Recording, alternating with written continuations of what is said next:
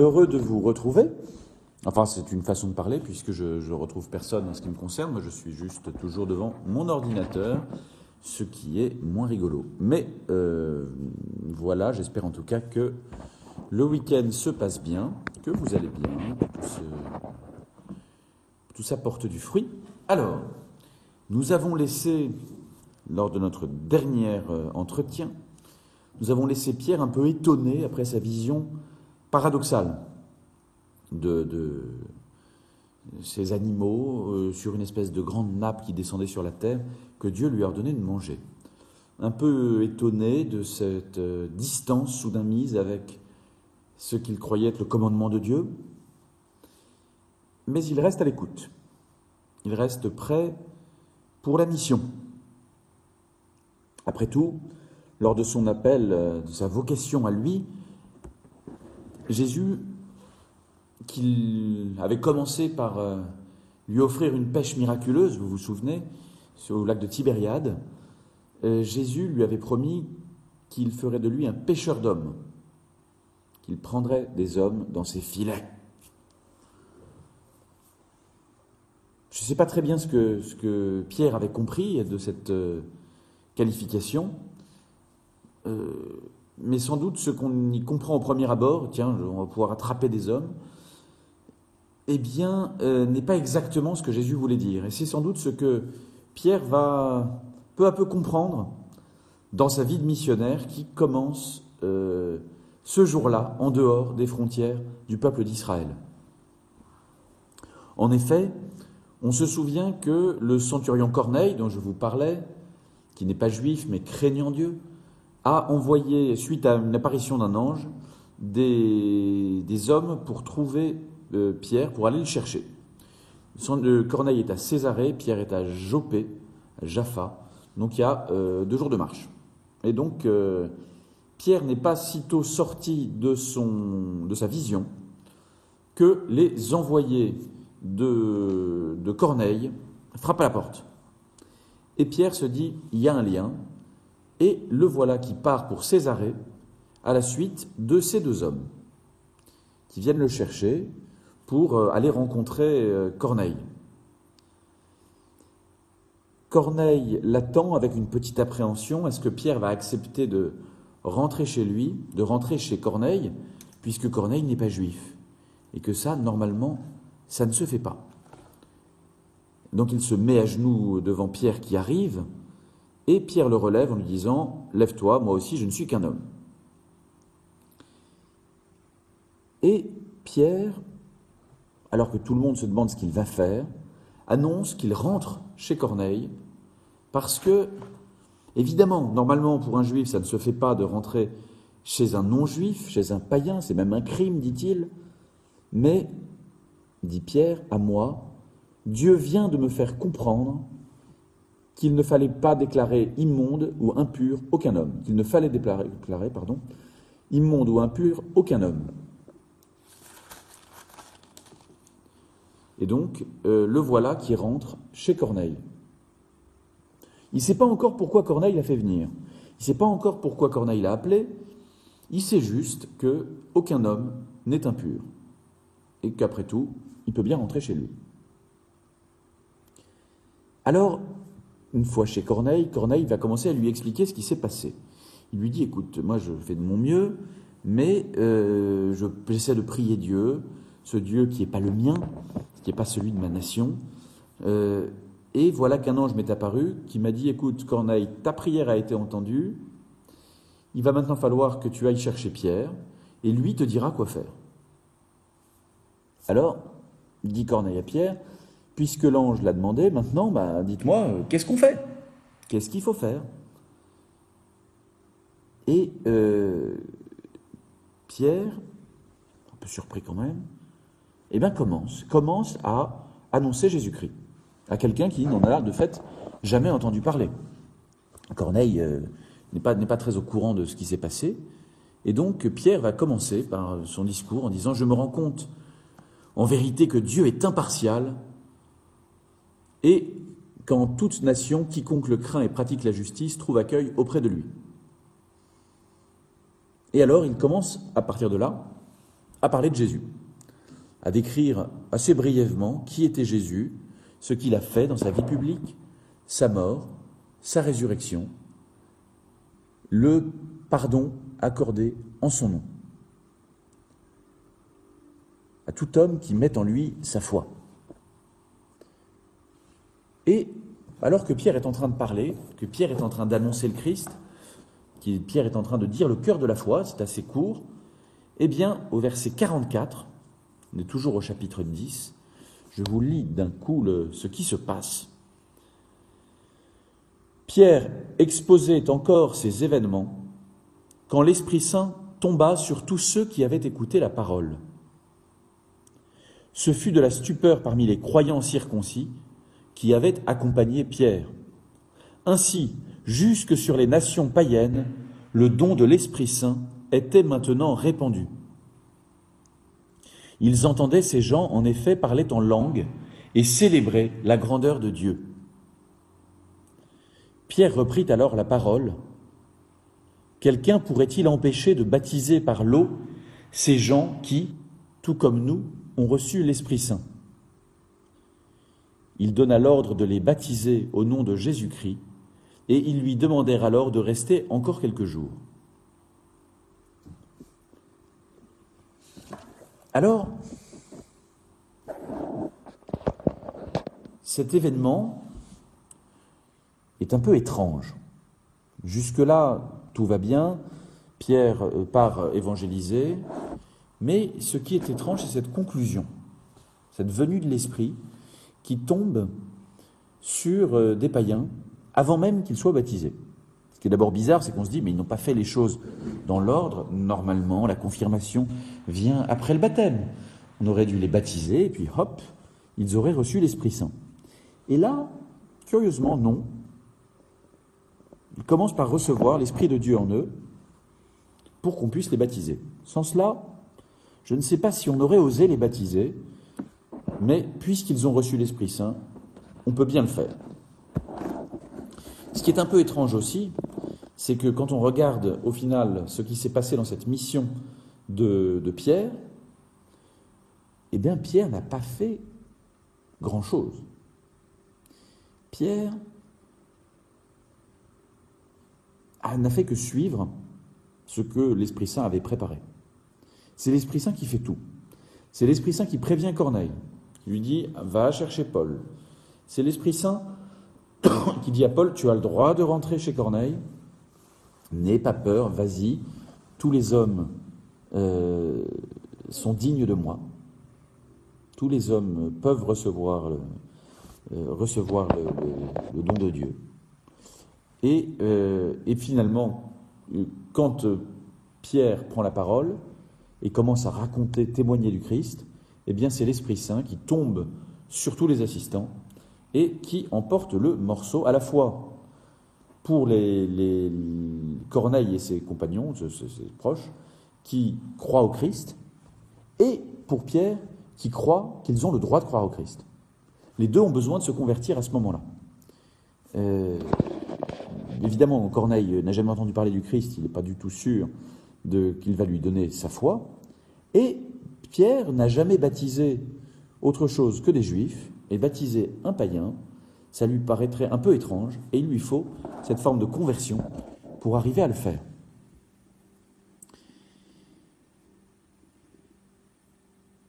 La première condition de la mission pour Pierre, en effet, c'est d'avoir accepté, comme il le dit, que Dieu ne fait pas de différence entre les hommes.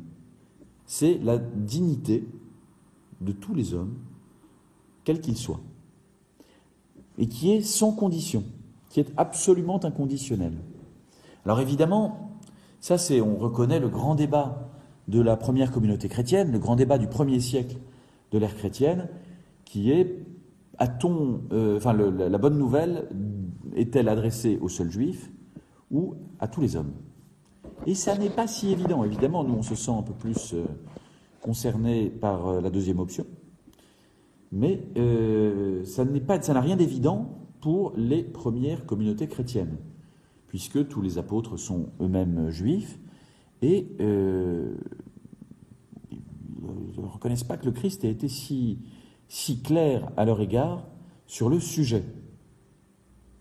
Et on va avoir des débats infinis. A-t-on le droit de baptiser des non-juifs? Une fois qu'on les a baptisés, faut-il les circoncire? Faut-il essayer de les judaïser ou pas? Et ça va être les grands débats qu'on connaît entre, en particulier, Paul, qui est très partisan d'une grande ouverture, et Jacques, frère du Seigneur, qui à Jérusalem semble plutôt réservé sur cette ouverture aux païens, même si les apôtres la reconnaissent petit à petit. Mais il faut un peu de temps pour que tous les apôtres la reconnaissent. Évidemment, on peut prendre ça comme une simple question historique dans l'histoire de l'Église. C'est arrivé un jour. Naturellement, la question, c'est, pour nous, quelles sont ces frontières que nous avons de la peine à dépasser? Qui sont ceux du dehors pour nous, ceux que nous pourrions croire exclus du royaume de Dieu, exclus de l'annonce, exclus de notre annonce. Partir en mission, c'est d'abord accepter, évidemment, que Dieu ne fait pas de différence entre les hommes et que l'amour de Dieu est inconditionnel. Et ça, c'est un peu difficile. Parce que vous allez, je dis ça, ça a l'air très, très basique. Vous allez dire, bien sûr, évidemment, on sait bien que Dieu aime tous les hommes, sinon on ne leur annoncerait pas. Quand je dis inconditionnel, ça veut dire qu'évidemment, Dieu n'aime pas en eux simplement le futur chrétien. On peut être tenté parfois de se dire, allez, je t'aime en Jésus-Christ, surtout si tu signes là. Si tu fais ce que je veux pour toi, ce que Dieu certainement veut pour toi, et donc ce que je te demande de faire.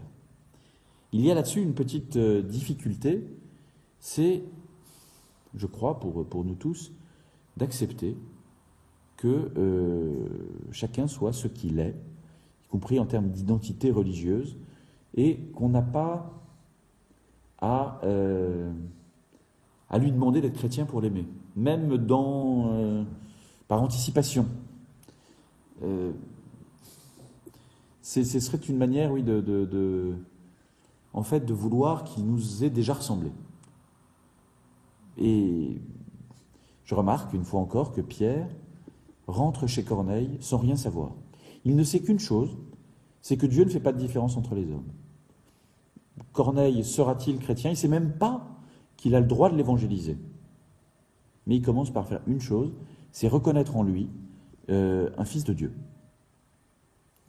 Et comme comme base, sans lui demander des comptes, sans lui demander, mais est-ce que tu es quelqu'un de bien, est-ce que tu es quelqu'un de... Est-ce que tu pries, est-ce que tu... Non. Tu es là, et Pierre arrive dans cette mission sans savoir ce que Corneille doit faire de sa vie. C'est pas lui qui lui impose, qui lui dit « Attends, j'ai un schéma, toi tu es censé changer parce que ce que tu fais est nul. » Pas du tout. Il se laisse faire, il dit « Bon, attends, qu'est-ce qui se passe ?» Et Corneille va lui dire « Il paraît que tu dois me dire quelque chose, dis-le-moi. » Et ce que Pierre va découvrir tout au long de cet entretien avec Corneille, c'est une fois encore que Dieu a tout préparé. C'est Dieu qui a tout fait, c'est Dieu qui a préparé le cœur de Corneille, c'est Dieu qui a entamé la mission. En fait, ce qui pour Pierre est complexe, c'est d'accepter que Dieu ait avec Corneille une relation qui le précède. Dieu entretient en fait avec Corneille une conversation bien plus ancienne que l'arrivée de Pierre. Pierre, dans la vie de Corneille, n'est pas le début du rapport à Dieu. Corneille, qui est sans doute né en Italie, qui a grandi, et puisqu'il fait partie de la Légion italique, sans doute donc un Italien qui a dû quitter son pays, s'éloigner, se demander ce qu'il faisait dans ce pays étrange, dont il a appris progressivement à respecter et à aimer le Dieu, un Dieu étranger au sien. Et il a peu à peu aimé ce Dieu-là, fait ce qu'il pouvait pour s'en rapprocher, et attendez, j'ai un petit souci de toc, je vous demande une seconde, ce sont les aléas, non pas du direct, mais de une seule prise, me revoilà. Donc, je vous disais, Dieu a entretenu avec Corneille une relation ancienne qui précède de loin le moment où Corneille va devenir chrétien à la fin du texte. Ça fait longtemps que Corneille est en relation avec Dieu et que Dieu est en relation avec Corneille. Et le missionnaire là-dedans, il va être utile, mais pas pour passer une étape, pour faire un point, quelque chose. Mais il n'est pas le début de la relation. Le missionnaire là-dedans, Pierre en l'occurrence, il est le serviteur d'une relation qui le précède et qui le dépasse. Alors ça, c'est pas très agréable parce qu'on aimerait bien souvent être le début, être à l'origine de l'évangélisation des gens, être celui qui va leur révéler Dieu. Or, la mission de l'Église, notre mission à tous, comme baptisés, c'est d'être au service de cette conversation qui préexiste entre Dieu et les hommes. C'est pas notre conversation avec les hommes qui est intéressante. Je ne dis pas qu'elle ne doit pas avoir lieu, mais nous sommes au service de la conversation que Dieu entretient déjà avec les hommes. Et c'est pourquoi il faut, d'une part, les respecter dans ce qu'ils sont, d'autre part, être attentif, chercher à comprendre, et je crois que la mission, c'est d'abord ça, chercher à comprendre où, dans leur vie, l'Esprit leur parle déjà. Pas arriver avec des arguments, comme si on partait de deux zéros, qu'il n'était qu'une page blanche sur laquelle on allait pouvoir écrire, et les convaincre par la force de super arguments bien rodés, mais bien respecter la vie que Dieu a déjà eue avec eux. La respecter, la faire grandir, la faire avancer. Et c'est ce que fait Pierre en annonçant le Christ, en complétant cette connaissance de Dieu que Corneille avait déjà, bien qu'imparfaite. Il aide Corneille à aller là où il veut aller. Il ne l'emmène pas où lui, Pierre, a envie de l'emmener. Non, non. Il se met au service de cette relation qu'il précède. Ce qui est pas si simple, pas si fréquent. Mais au fond, le missionnaire, c'est un peu... Il y a un personnage de la tradition juive alsacienne que... je ne sais pas si parmi vous certains connaissent l'Alsace ou tout ça. Mais il y avait un personnage de la tradition juive alsacienne qu'on appelait le Tchatchen. Le Tchatchen, c'était souvent un maquignon, un marchand de chevaux, qui avait l'occasion, en tout cas un commerçant, qui avait l'occasion de passer de village en village. Et quand il allait de village en village, il repérait les jeunes filles et les jeunes gens à marier. Et il mettait en relation les familles qui avaient des jeunes à marier, en cherchant à faire des appariements, en cherchant à trouver le bon gars, la bonne fille, et hop, il faisait un mariage. Et c'est donc, le Tchatchen, c'est un intermédiaire qui permet de se rencontrer. Mais vous vous doutez bien que si le Tchatchen, une fois qu'il a fait se rencontrer les époux, reste avec eux, il devient un petit peu inutile. Il est juste là pour faire la rencontre. Après, il ne va pas tenir la chandelle. Il y a un moment où, forcément, le jeune homme et la jeune fille, ils sont mariés, ça y est. C'est des mariages arrangés à l'ancienne, hein, je ne dis pas que c'est un modèle, mais à partir du moment où ils se sont rencontrés, à partir du moment où ils s'aiment, va falloir les laisser tranquilles. L'intermédiaire, qui a peut-être été nécessaire au début pour les faire se rencontrer, il va rapidement être de trop.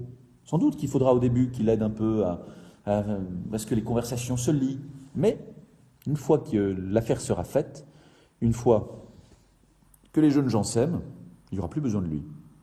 Au contraire.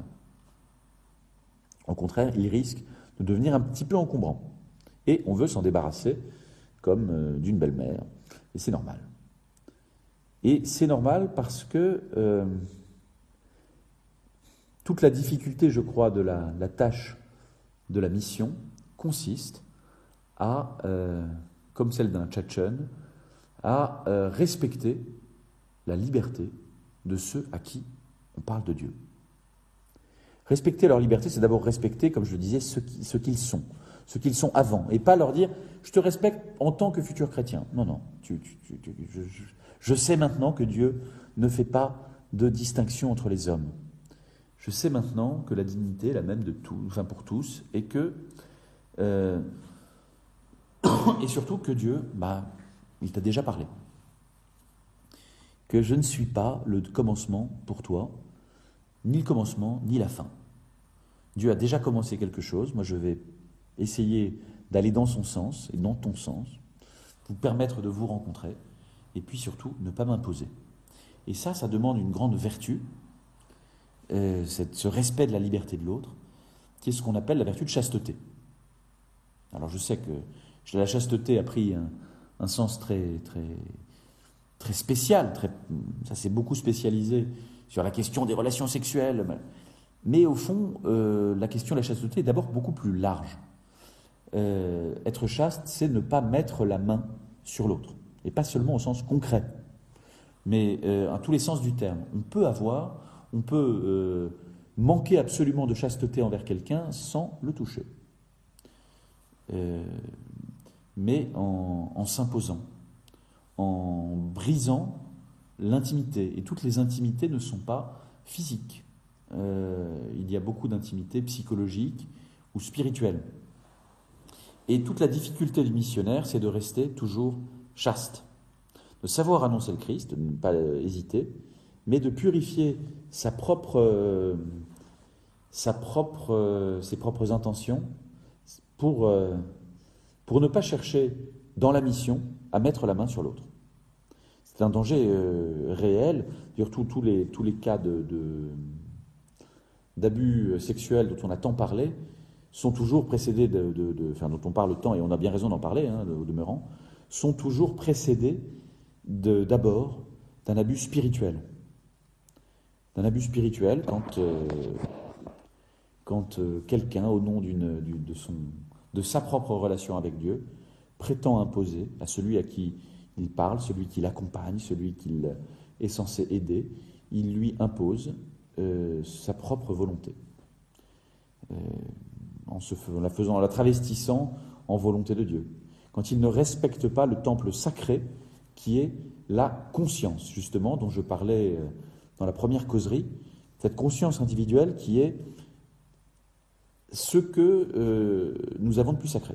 C'est le temple, le saint des saints du temple de Jérusalem, dans lequel on ne peut pas pénétrer n'importe comment, dans lequel on ne peut entrer qu'avec d'infinies précautions, et surtout sans rien toucher. Je dis ça en particulier en confession. En confession, quelqu'un vous ouvre sa conscience, mais il est essentiel de ne pas commencer à y jouer pour vouloir y saccager quelque chose. Alors vous allez me dire, vous en fichez parce que vous ne confessez pas, mais il me semble que de ce point de vue, toutes les missions sont semblables. C'est-à-dire que cette crainte-là doit toujours nous habiter. Est-ce que je respecte la conscience? Est-ce que je respecte la personne qui est en face de moi? Ou est-ce que j'essaie de mettre la main sur elle? Il y a bien de bonnes raisons qui nous poussent à être plus ou moins, plutôt moins chaste que plus, qui rendent cette vertu finalement difficile. Il y a plein de raisons. D'abord, on a envie, et c'est normal, de réussir dans sa mission. On vit d'ailleurs avec une petite inquiétude. On se dit, mais il n'y a plus assez de chrétiens, il faut en faire plus. Notre foi qui est si belle ne touche pas tout le monde, il faut absolument que nous soyons plus nombreux. D'autant plus que nous vivons dans un monde fait de compétition et de concurrence, où on a l'habitude de ça. On a l'habitude d'être tout le temps en concurrence. Alors voilà, Coca ou Pepsi, droite ou gauche, chrétien ou musulman. Et attention, on perd des parts de marché, les gars.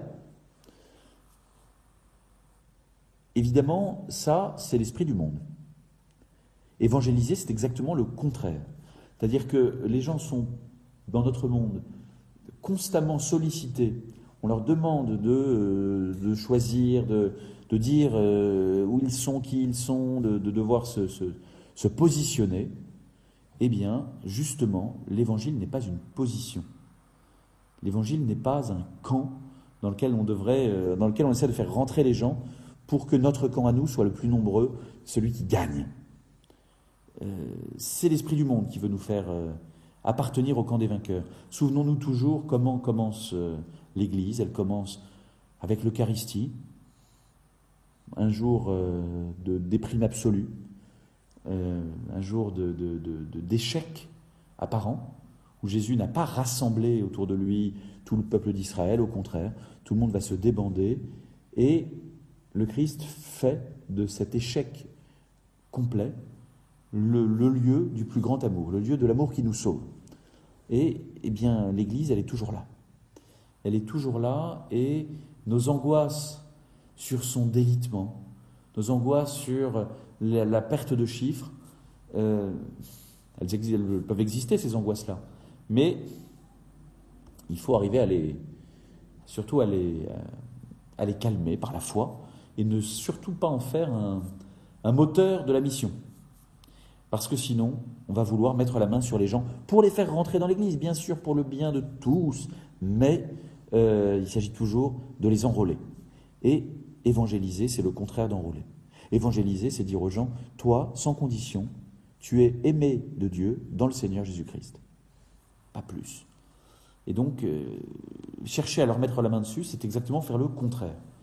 Ça n'est pas servir leur propre liberté, au contraire, ça n'est pas du tout les aider à vivre cette expérience de libération qui est l'Évangile, c'est au contraire les enfermer dans un camp, dans une position, dans une identité dans laquelle on veut absolument les mettre, parce que ça nous rassure, parce que nous-mêmes, nous ne sommes peut-être pas tout à fait libérés. Ça, je le disais, c'est l'esprit du monde. En plus, cet esprit du monde, non seulement on a envie d'être dans le camp des vainqueurs, mais à titre plus personnel, on a facilement envie d'être efficace, d'être bon dans ce qu'on fait. Et si on fait de l'évangélisation, d'être bon. C'est un peu déprimant si on se dit « j'ai jamais de résultats ». Il faut bien avoir de bons résultats, des choses qui marchent, être un bon serviteur du Seigneur. Ça, ce serait quand même agréable. C'est agréable, bien sûr, mais l'autre là-dedans. Si on se cherche soi-même, on n'annonce pas l'Évangile. On annonce sa propre gloire, mais voilà, on n'évangélise pas pour se rassurer sur ses propres qualités, naturellement. Sinon, il faut faire de la vente, ce qui est très bien, on a tout à fait le droit de faire de la vente, mais le Christ ne se vend pas parce qu'on est bon. Moi, ça m'est arrivé de faire... qu'on me demande ça un jour précisément. J'étais parti avec un autre frère dans un bar, et on se fait inviter à une table, et une fille qui avait déjà un peu bu nous dit « Mais alors, attendez, allez-y, j'ai envie de croire, vendez-moi Jésus-Christ. » Je dis « Mais je ne peux pas vous le vendre, j'ai rien à vendre. Je peux vous en parler, mais ça ne va pas se passer comme ça. Je ne vais pas faire de marketing. Ça ne m'intéresse pas. Ce n'est pas le but du jeu. » Alors là, toute la table a dit « Mais oui, c'est vrai, c'est ridicule ta question. » C'était intéressant parce qu'il sentait bien que, au fond, la vie spirituelle allait parler d'autre chose que d'arguments marketing. Sentait un peu d'instinct, alors qu'ils étaient tous assez éloignés de la foi, que si la vie spirituelle avait quelque chose d'intéressant pour les concerner, d'intéressant à leur dire, disons, si ça pouvait leur parler un jour, c'était certainement pas en les éblouissant, en brillant, mais c'était bien par la profondeur. Et c'est de ça qu'ils avaient envie d'entendre parler, envie de rencontrer un être humain qui leur dise ce qu'il vivait avec le Christ. Un témoin. Et pas quelqu'un qui allait montrer qu'il était meilleur qu'eux. Montrer qu'il était efficace. Enfin, ce qui nous rend sans doute la vie compliquée là-dessus, c'est que on a besoin quand même, quand je parlais du Tchatchène qui doit à un moment ne pas s'imposer dans la relation qui se joue sans lui, fondamentalement, c'est bien évidemment ce qui, comme missionnaire, comme témoin du Christ, est notre lot quotidien, et c'est un lot difficile, de ne pas être nécessaire dans la relation que les gens à qui on parle, nous, avec Dieu. Même si ils ont besoin de nous pour entendre parler du Christ, pour avancer, eh bien, il faut savoir qu'on n'est pas nécessaire là-dedans. On a pourtant besoin de se sentir important. Et ça, c'est souvent quelque chose de difficile, parce que parfois, nous n'avons pas autre chose dans la vie. Et comme prêtre, en particulier, c'est le risque. C'est le risque réel de se dire ma vie n'est pas si drôle. Bon, elle peut être très drôle, je vous rassure. Mais voilà, je ne suis pas marié, je n'ai pas d'enfant, je n'ai pas de vie de famille. Au moins, j'ai les gens que j'accompagne. Eh ben, non. Eux, ils doivent vivre leur vie avec Dieu, qui ne nous appartient jamais, qui n'est pas à nous et dans laquelle nous jouons un rôle que l'Évangile définit d'ailleurs assez bien comme celui de serviteurs inutiles. On n'est pas à occuper le premier rang, et si on l'occupe, c'est qu'on n'a pas annoncé le Christ, c'est qu'on s'est annoncé nous-mêmes.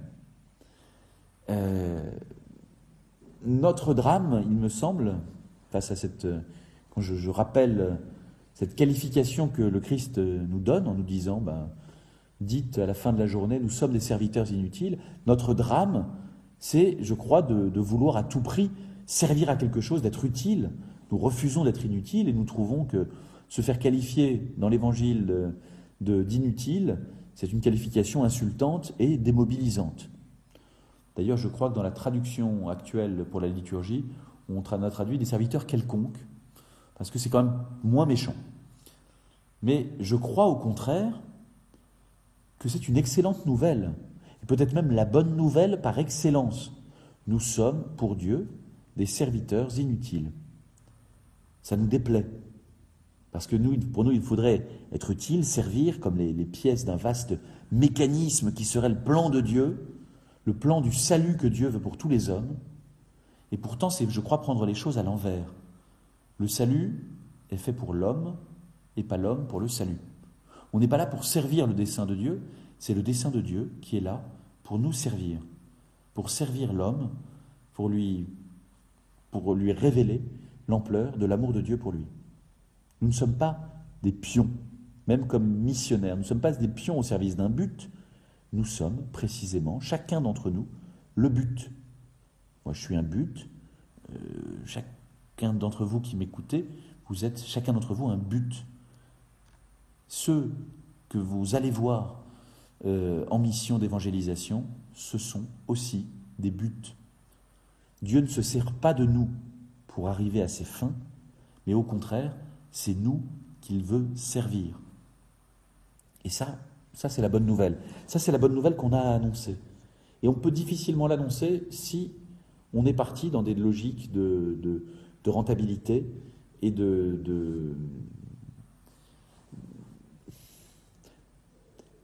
d'efficacité. C'est, je pense, la plus grande difficulté. Si on veut rester chaste vis-à-vis des autres, si on veut respecter leur liberté, il faut accepter que notre efficacité ne nous appartient absolument pas. Que rien là-dessus ne nous appartient, que cette relation n'est pas à nous, qu'elle a commencé avant nous, qu'elle se poursuivra après nous, et que nous ne sommes pas... Nous sommes évidemment pas garants de son efficacité. Si nous voulons que l'efficacité soit garantie, il n'y a qu'une seule solution, c'est la manipulation. On peut manipuler des esprits, parfois pas difficile. Il y a des gens même qui ne demandent que ça, qui sont demandeurs qu'on leur dise ce qu'ils doivent faire, ce qu'ils doivent croire, ce qu'ils doivent comprendre. Et nous devons même résister à cette demande-là, à ce besoin-là. On n'est pas là pour profiter de la faiblesse des gens, mais au contraire, les aider à se renforcer et les aider à aimer Dieu et non pas à se raccrocher à n'importe quoi, c'est-à-dire à notre propre envie de les conduire. Car sinon, c'est l'aveugle qui conduit l'autre aveugle. La bonne nouvelle, c'est cela. C'est que je suis comme missionnaire de l'Évangile, non pas chargé de convaincre les gens, non pas chargé de les éblouir, mais je suis là comme ministre d'une relation dont je ne suis pas le centre, d'une relation qui préexiste entre Dieu et eux, entre Dieu et ces personnes-là. Et moi, comme le tchatchon de tout à l'heure, je suis comme Jean-Baptiste. C'est Jean-Baptiste qui définit dans l'évangile de Jean parfaitement sa propre place. Et je crois que c'est exactement la place de tout témoin de l'évangile, de tout évangélisateur. C'est précisément celle que définit Jean-Baptiste quand il parle de lui et qu'on lui dit, mais des disciples viennent le voir et lui disent, mais alors attends, le Jésus dont tu parlais au-delà du Jourdain, voilà qui se met à baptiser à son tour, et il a plus de succès que nous. Ah. Et vous savez que Jean-Baptiste répond en disant, il faut qu'il grandisse et que moi je diminue. Il utilise cette image justement cette image nuptiale que je crois nous devons reprendre à notre compte, qui est essentielle. Il dit, celui qui a l'épouse, c'est l'époux, c'est-à-dire le Christ.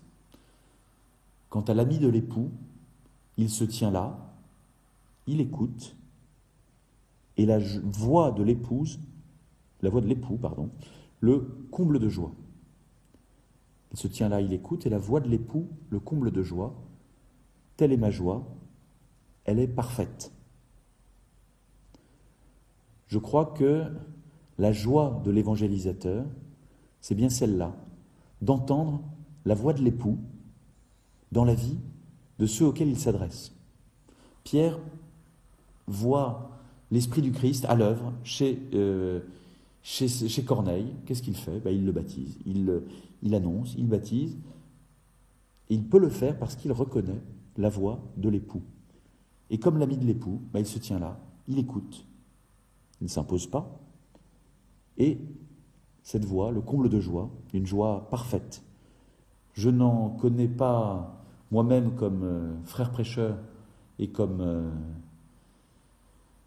baptisé. Je ne connais pas de joie plus parfaite que cette écoute attentive, difficile, qui requiert de la chasteté et de la patience, cette écoute attentive de la voix de l'époux. Et je ne vous souhaite pas d'autre joie. Bonne fin de week-end à vous tous et bonne mission.